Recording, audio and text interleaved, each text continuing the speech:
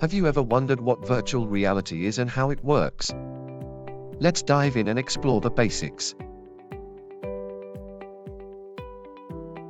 Virtual reality is a computer-generated simulation that immerses the user in a 3D environment.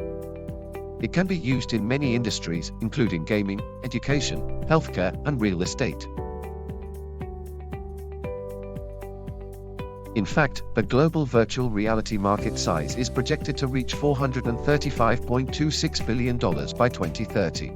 That's a significant increase from $7.9 billion in 2018. One example of virtual reality in action is in healthcare. Surgeons can use VR to practice complex procedures before performing them on a patient.